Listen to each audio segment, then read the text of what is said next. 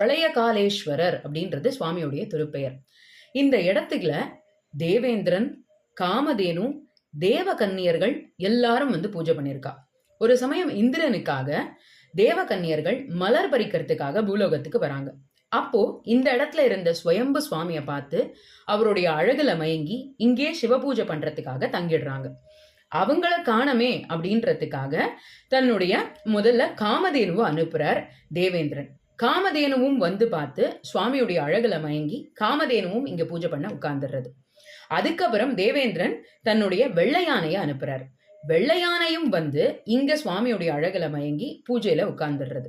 இப்படி அனுப்பின யாரும் திரும்பி வராம இருக்கிறதுனால கோபம் கொண்ட தேவேந்திரன் தானே இறங்கி வந்து இந்த இடத்துக்கு வரும்பொழுது சுவாமியுடைய அழகுல மயங்கி அவனும் சிவ பூஜை பண்ண உட்கார்ந்துடுறான்.